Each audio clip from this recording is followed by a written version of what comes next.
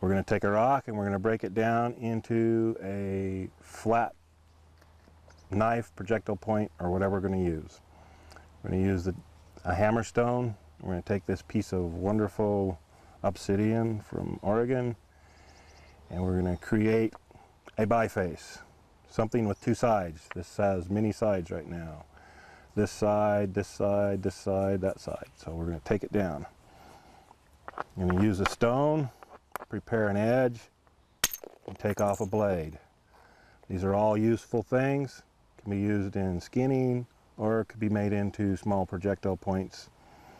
But what we're after is something in the center of this that's pretty large and nice. So I have to set up all these platforms. Right here, I'm going to scar this a little bit so you can see this ridge right here.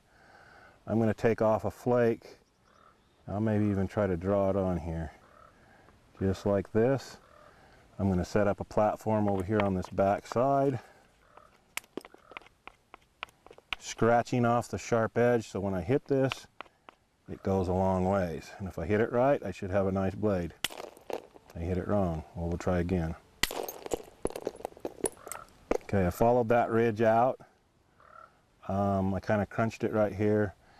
That's called not preparing your platform right. So I kind of messed myself up for just a little bit, but we'll catch right up right here.